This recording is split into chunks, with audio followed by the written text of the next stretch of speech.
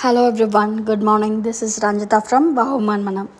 இன்றைக்கி ஒரு முக்கியமான வேலை, விதை சேகரிப்பு.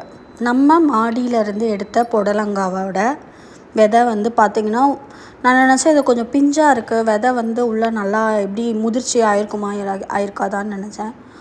பார்த்திங்கன்னா சூப்பராக அதில் வளர்ந்துருந்துச்சு விதை.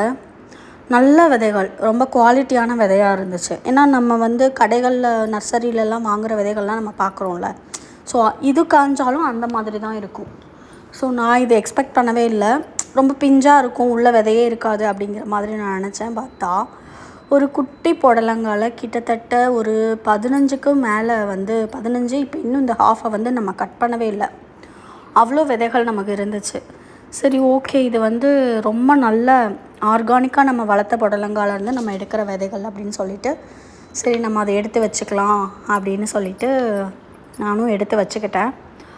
பார்த்திங்கன்னா கிட்டத்தட்ட இதுவே ரொம்ப அதிகமாகவே இருந்துச்சு விதையோட கவுண்ட்டு. ஒரு கடையில் வாங்கினோன்னா ஒரு 2 விதை பேக்கெட்டில் எவ்வளோ தருவாங்களோ அந்த அளவுக்கு இருந்துச்சு நமக்கு விதைகள். ஸோ புடலங்காய், அதுவும் முக்கியமாக இந்த புடலங்காவை பற்றி சொல்லணும், ரொம்ப டேஸ்ட்டாக இருந்துச்சு. ஒரு 2 மினிட்ஸில் அப்படியே ரொம்ப டக்குன்னு வெந்துருச்சு, அப்படியே சாஃப்டாகிடுச்சு. சரி, நெக்ஸ்ட்டு இன்னும் கொஞ்சம் பெருசாக காய் விடணும். ரொம்ப இந்த அளவுக்கு கட் பண்ணாமல் இன்னும் கொஞ்சம் பெருசாக. ஆனால் எனக்கு ஹாப்பி என்னென்னா, அதில் நான் இவ்வளோ விதைகள் நான் எடுத்தது தான்.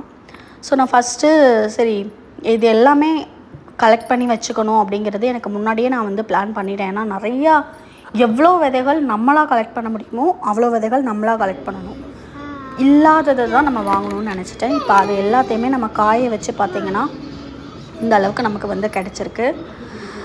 ஒரு 20-25 விதைகள் இருக்கும், அவ்வளோதான். நமக்கு புடலங்காய் விதை நம்ம வாங்க வேண்டிய அவசியமே இல்லை. இதை நான் என்ன பண்ணேன், நல்லா நிழலில் தான் காய வச்சேன்.